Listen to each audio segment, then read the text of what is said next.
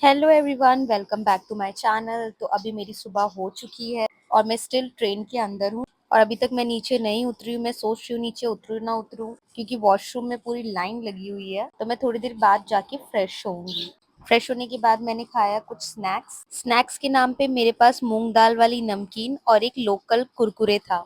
I don't know कहाँ का, और इसका प्राइस भी ज्यादा था। उसके बाद मैं फाइनली पहुंच गई थी दिल्ली। दिल्ली आके काफी अच्छा लगा मुझे। रेलवे स्टेशन पे काफी भीड़ थी। यहाँ से हम गए सीधा metro station and metro station से मैं पहुंच गई अगेन शादीपुर।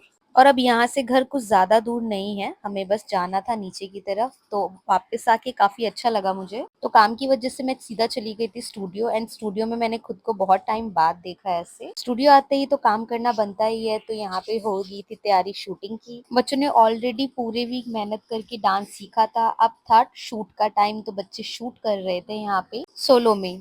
यहाँ पे solo performance, duet performance and group performance दोनों एक साथ करते हैं। एंड ये रहा मेरा प्लांट, काफी ग्रो हो चुका है और बहुत ब्यूटीफुल लग रहा है। उसके बाद मैं मिली जैक से। जैक मेरी एक ही आवाज में भागता भागता गेट तक आ गया, क्योंकि बहुत टाइम बाद मिल रहा है। एंड उसके बाद तो ऐसा मिला वो मुझसे जैसे सदियों से बिछड़ा हुआ हो। मेरा उसने कपड़ा पकड़ लिया एंड खींच के मुझे अंदर ले जाने लग गया मेरे रूम तक, जैसे कि वो मेरे आने का ही इंतजार कर रहा था। खींचते खींचते वो मुझे वहां तक ले गया। और जैसे ही मैं रूम में गई, रूम में मैं अपने मिली ब्यूटी और मैक्स से, जो कि मुझे देख के बिल्कुल शांत हो गए। ये भी शायद मुझे एक महीने में भूल गए। उसके बाद जैक बैठ गया मेरे साथ। बहुत टाइम बाद मिला है, इस वजह से बहुत देर तक वो मेरे पास बैठा रहा। मैं उसको भगा भी रही थी नीचे उतरो, बट वो मेरे पास ही बैठा हुआ था। उसके बाद हमने सोचा रात का खाना खाते। तो रात के खाने में हमने खाई सिंगरी और रोटी, काफी टेस्टी लगी थी और भूख भी लगी थी। भूख में तो हर चीज अच्छी लगती है। तो फाइनली मैं घर आ चुकी हूँ। पहले मैं स्टेशन से सीधा चली गई थी स्टूडियो, क्योंकि स्टूडियो में काफी काम था जो मेरा ऐसे पेंडिंग पड़ा हुआ था।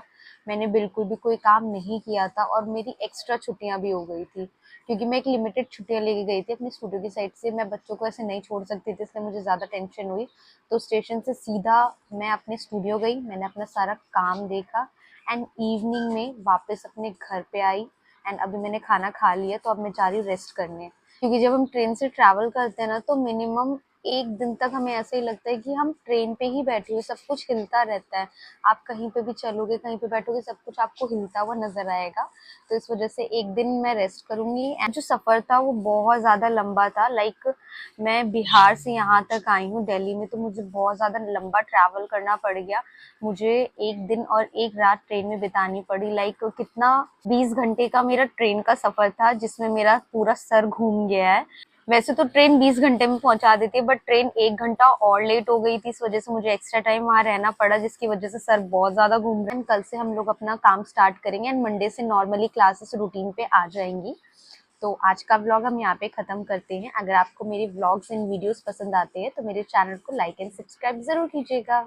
Bye bye.